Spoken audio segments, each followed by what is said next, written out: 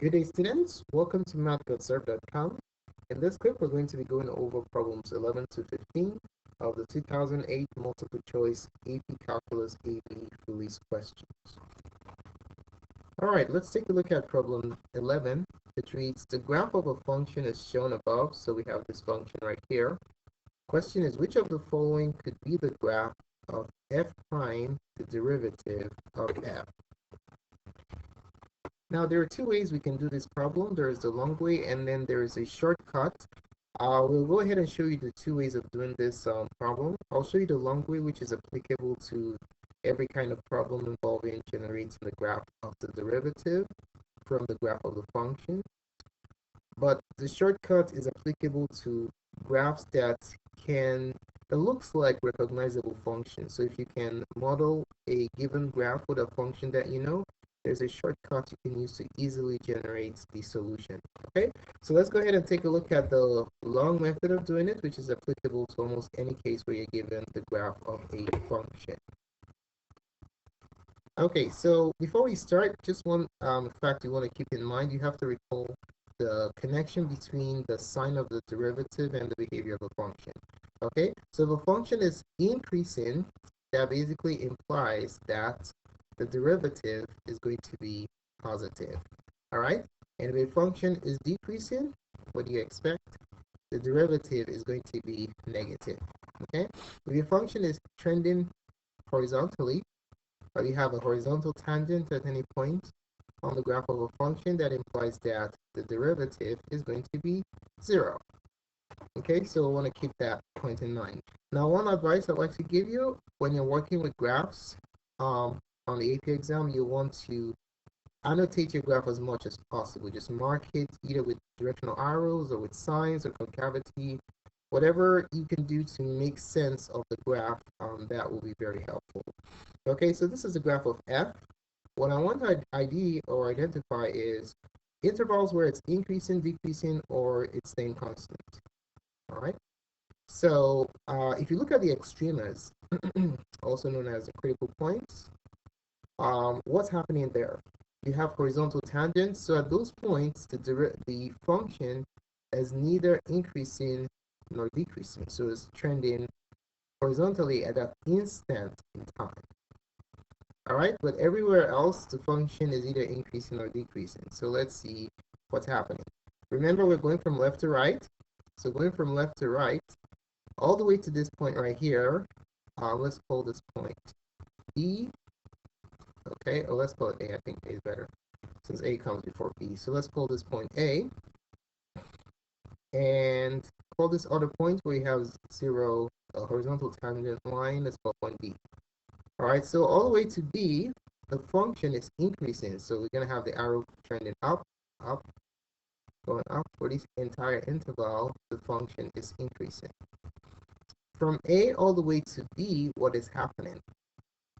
The function is decreasing. It's going down, down, down, down, down, down, and it gets to 0. And after that, what happens? The function starts to increase. Again, so going up, up, up, up, up, up, up. Okay, so this is the behavior of f. So what does it tell us about the sign of the derivative f prime? So you can consult this little chart we have here again. If a function is increasing, that means the derivative is going to be positive. Okay, so let's go ahead and put in the behavior of f prime. So all the way to a, or less than a, the derivative is going to be positive, positive, positive on this entire interval. The derivative being positive basically means that it is above the x-axis. At this point where you have a horizontal tangent line, where it's neither increasing or decreasing, the derivative is 0. So the graph of f prime will be intersecting the x-axis. Okay, that's an intercept, an x-intercept or a root of the function of the derivative, the graph of the derivative. Okay, now from a to b, the function is descending. So what is going on here? The derivative is going to be negative for this entire interval. Oh, snap. It's going to be negative for this entire interval. So negative, negative, negative, negative, negative. Okay? What does that mean? It basically means that the graph of the derivative will reside beneath the x-axis.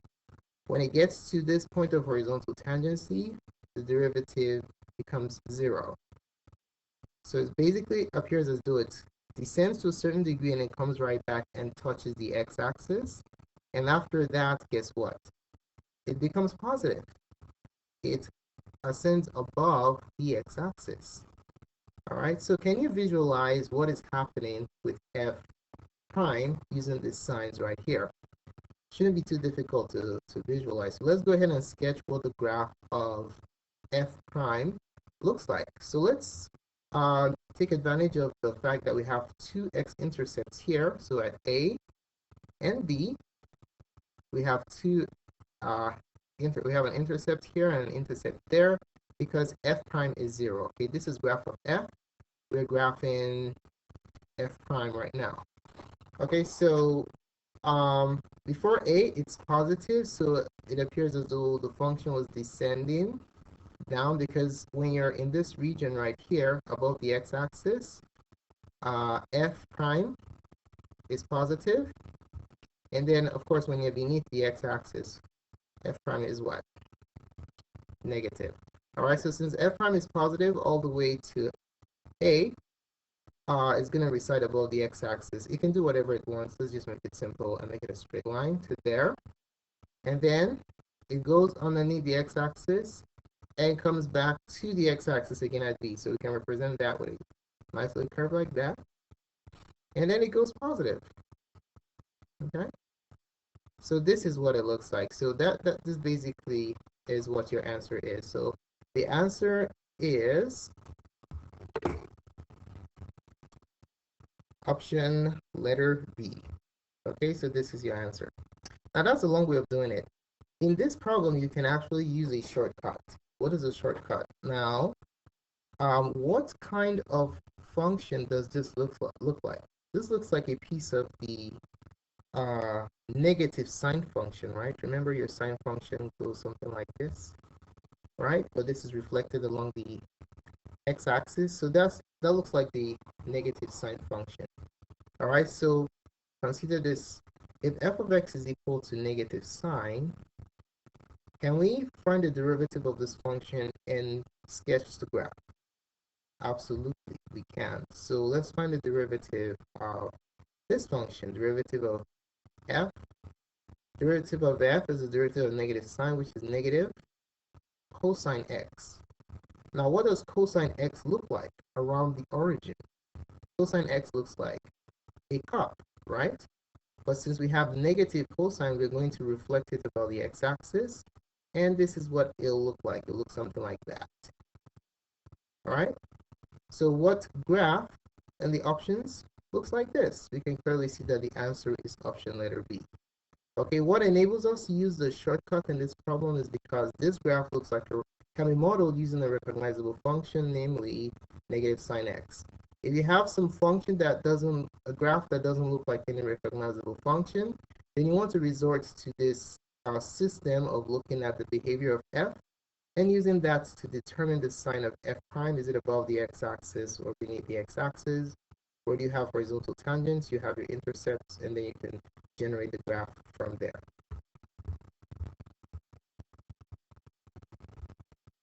All right, let's take a look at problem number 12. This one is assessing our ability to accurately apply the chain rule for differentiation. All right, so we have f of x is equal to e to the 2 over x, and we are to use, we have to find the derivative f prime of x. Now, what you notice here is that we have a composite function. We have the composition of two functions. The outer function is the exponential function e to the x, and the inner function is the rational function 2 over x. So let's write this as f of g of x is equal to e, the outer function, to the inner function 2 over x. Okay? Now we're going to decompose them and apply the chain rule accordingly. So we let's ID the outer function. F of x is e to the x. The inner function, g of x, is, we can write this as 2x to the negative 1. Okay, why did I do that? I want to apply the power rule accurately here. So expressing it in this format using the reciprocal property of exponents makes it easy for me to find the derivative using the power rule. Okay, so let's go ahead and find the derivatives. F prime of x is e to the x, and then g prime of x, you power down the exponent, makes 2 negative, negative 2x to the negative 2. Now, one thing you want to keep in mind,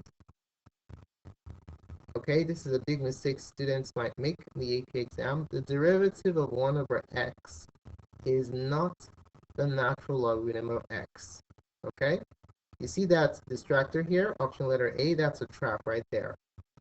Okay, remember the antiderivative of 1 over x is 1 over x dx is the natural logarithm of x. So it's easy to confuse your rules and confuse the differentiation with the integration formula. So d dx of 1 over x is not ln x. Okay, keep that in mind.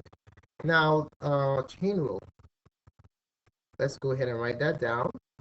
F of g of x prime is equal to f, the derivative of the outer evaluated at the inner function, times what? Times the derivative of the inner function. That's what the chain rule is, okay?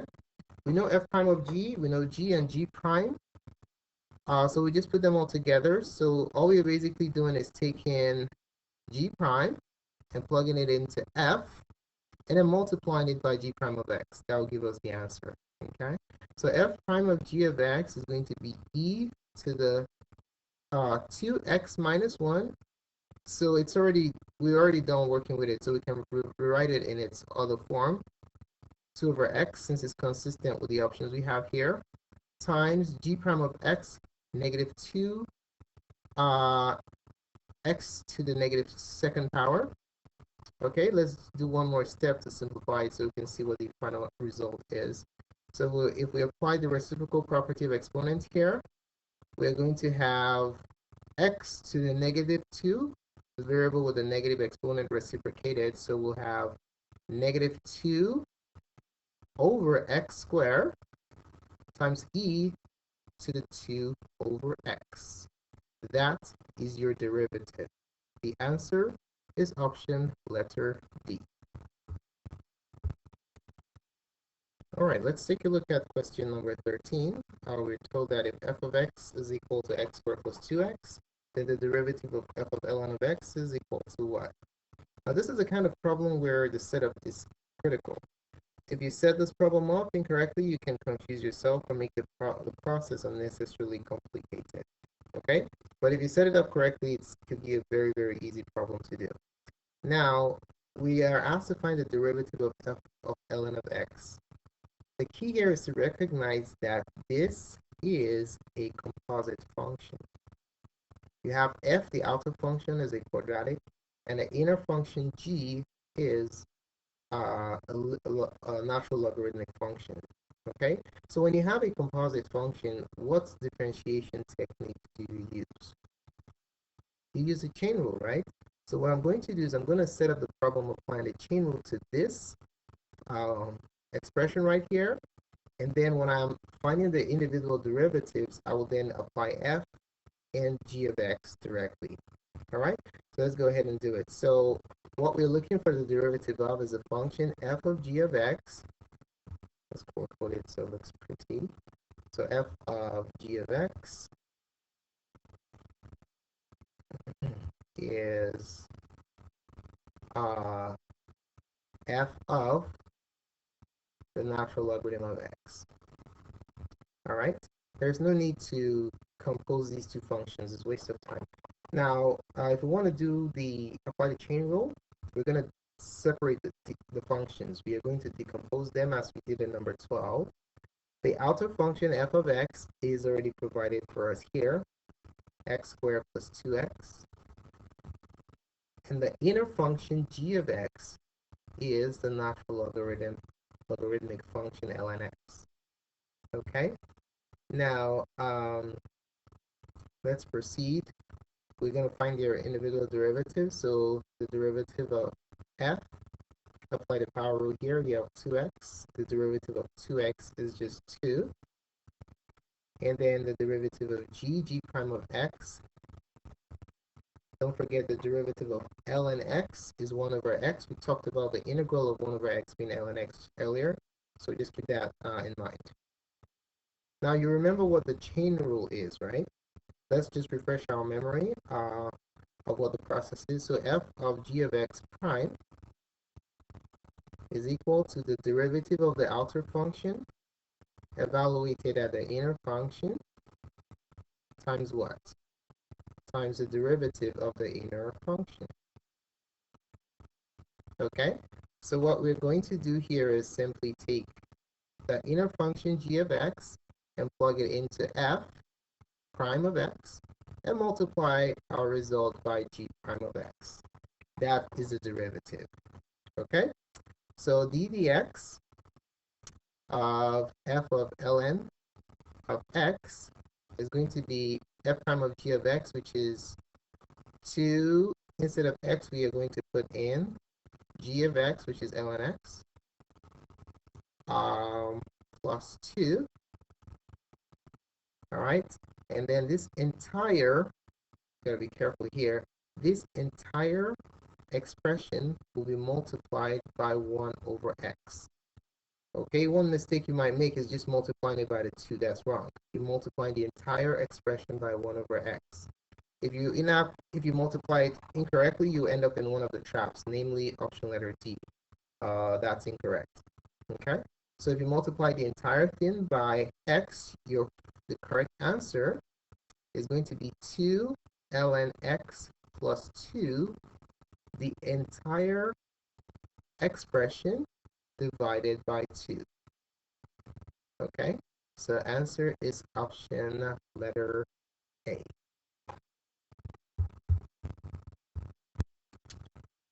Okay, let's take a look at question number 14. It says the polynomial function f has selected values of its second derivative f double prime given in the table above. Which of the following statements must be true? All right, so just to save time, anytime you look at the kinds of functions that you're given, you want to start to narrow down your focus, okay?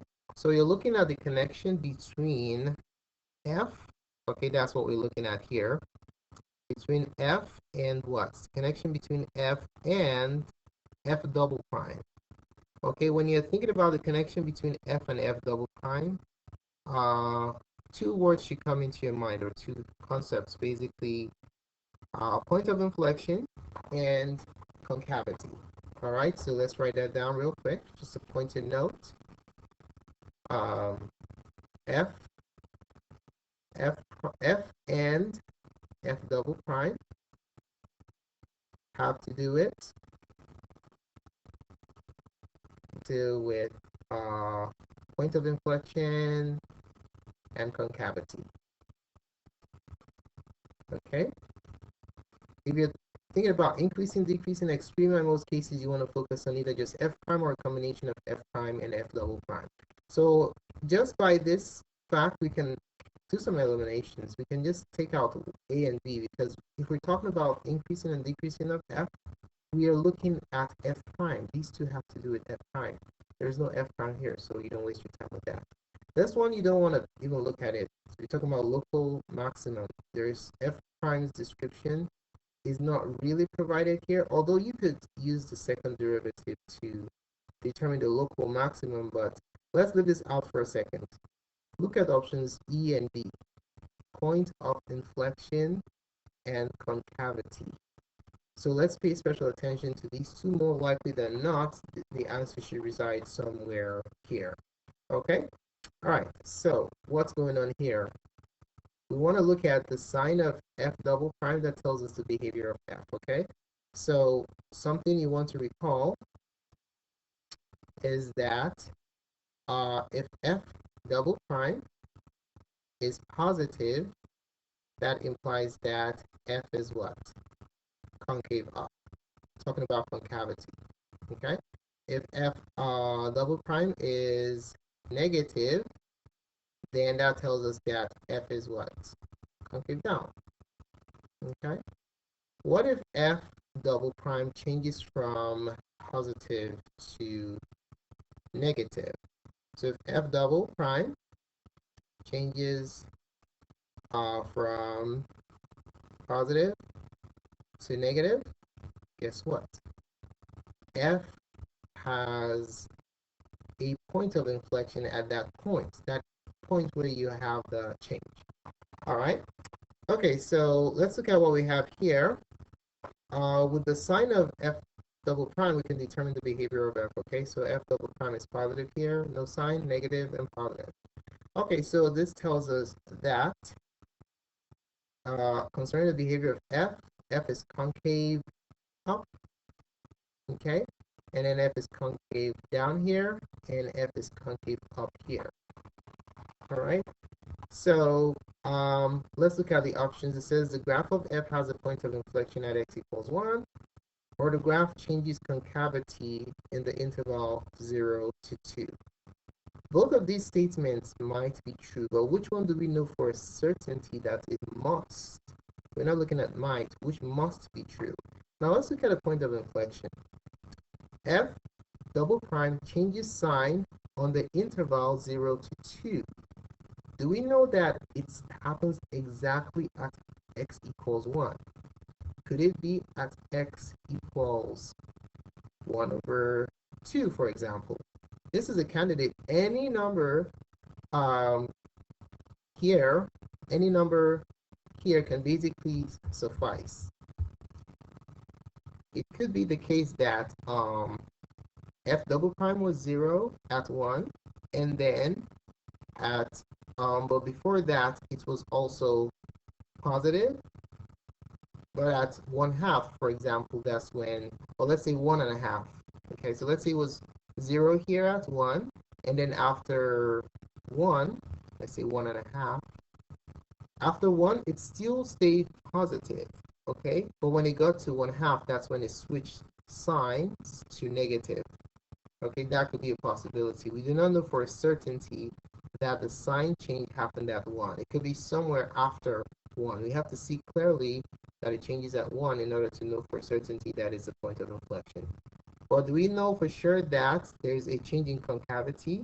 Well, since the sign of the second derivative changes from positive to negative on this interval, by the intermediate value theorem, we know for a certainty that f double prime changed sign somewhere here. Okay, somewhere in this interval, f double prime changed sign. So we know that option letter E is the correct answer. That must be true. All right, let's take a look at question number 15. So for problem 15, we have to integrate this expression right here. Now, what integration technique can we use for this problem? So one way you can do it is by taking a look at what you have. If you have two functions, let me separate them for you. So this is the first function, this rational function here, and then we have x dx.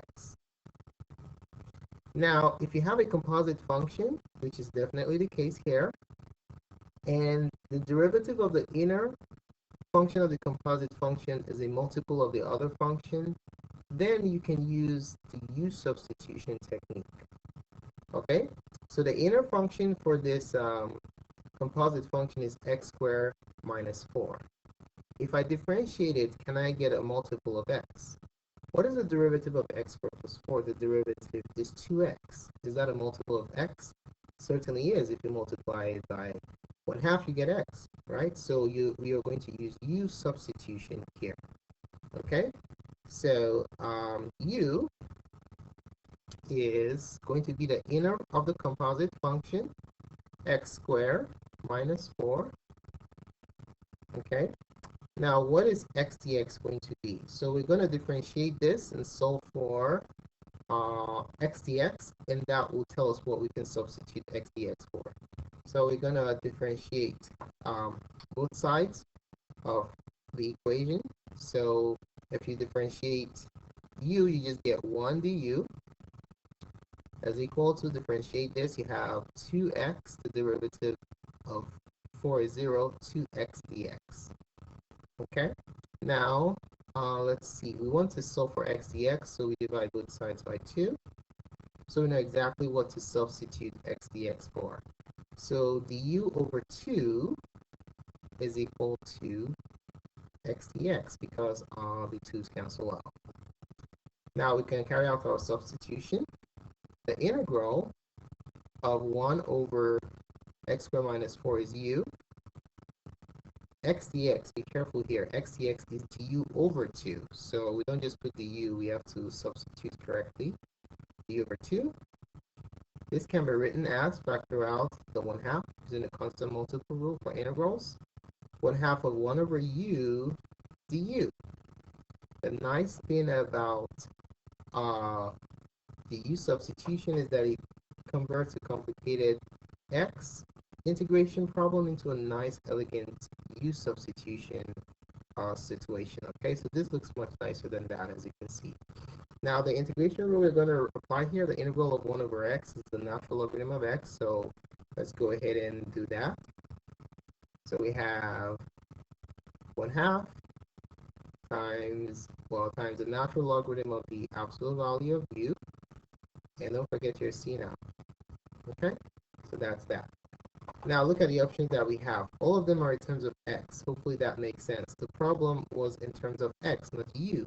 So after substituting u to help us integrate, we have to do a resubstitution of the original variable in order to be consistent with what the problem was. Okay, so anywhere we see u, we're going to replace it to a resubstitution with x squared minus 4, and that will finish it up for us. Okay, so we're going to have 1/2 times the natural logarithm of, instead of u, x squared minus 4 plus c. Okay, so our final answer for number 15 is option letter C. Thanks so much for taking the time to watch this presentation. We appreciate it. If you found the contents of this tutorial beneficial to you, do give us a thumbs up. We definitely appreciate the positive feedback. Do not forget to subscribe to our channel for updates to other cool tutorials such as this. If you have any questions concerning your preparation for the AP Calculus exam, just ask your question in the comment section below and we'll be glad to address it as soon as possible. More clips can be found on mathcodeserve.com. Thanks again for watching and have a wonderful day.